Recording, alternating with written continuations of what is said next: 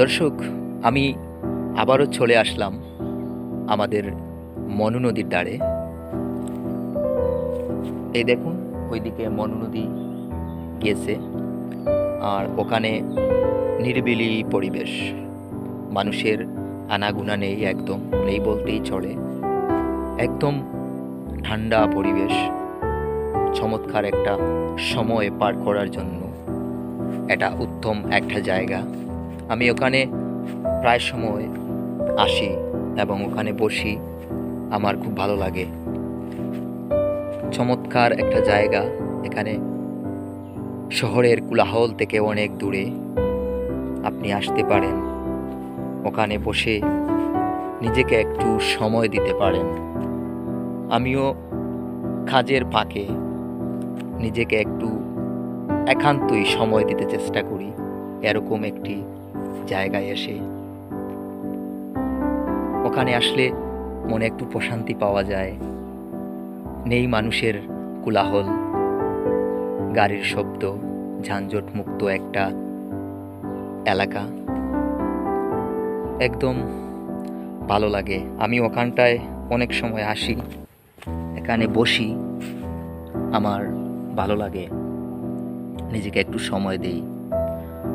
আপনারাও চাইলে এরকম একটা জায়গার মধ্যে আসতে পারেন, বসতে পারেন, বন্ধু বান্ধব নিয়েও আসুন, সময় কাটান, ভালো লাগে। এই জায়গার মধ্যে ছোটবেলায় অনেক আসতাম। স্কুল থেকে আইসা ওখানে বিকালবেলা ঘুরতে আসতাম। বন্ধু বান্ধব অনেক থাকতেন।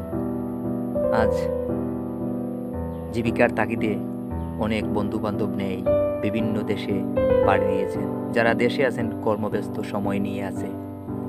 আমিও কাজ করি, কাজের ফাঁকে যদি একটু সময় পাই তাহলে ওখানটায় আসি, আমার ভালো লাগে, একটু নিজেকে সময় দেওয়ার চেষ্টা করি। কাজ তো সারা জীবনই করতে হবে, তো নিজেকে একটু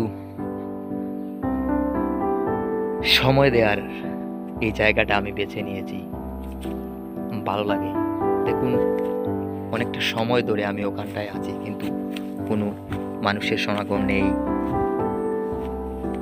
একদম নিরিবিলি একটা পরিবেশ।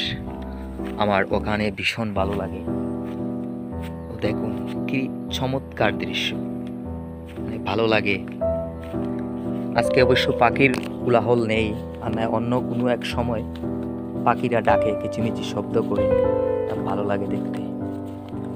আপনিও চাইলে আসতে পারেন, বসতে পারেন ওইরকম জায়গার মধ্যে, সুন্দর একটা জায়গা। তো দর্শক, আপনাদেরকে আমি এই চমৎকার জায়গা দেখানোর চেষ্টা করেছি। তো ভিডিওটা কেমন হলো অবশ্যই কমেন্টে জানাবেন।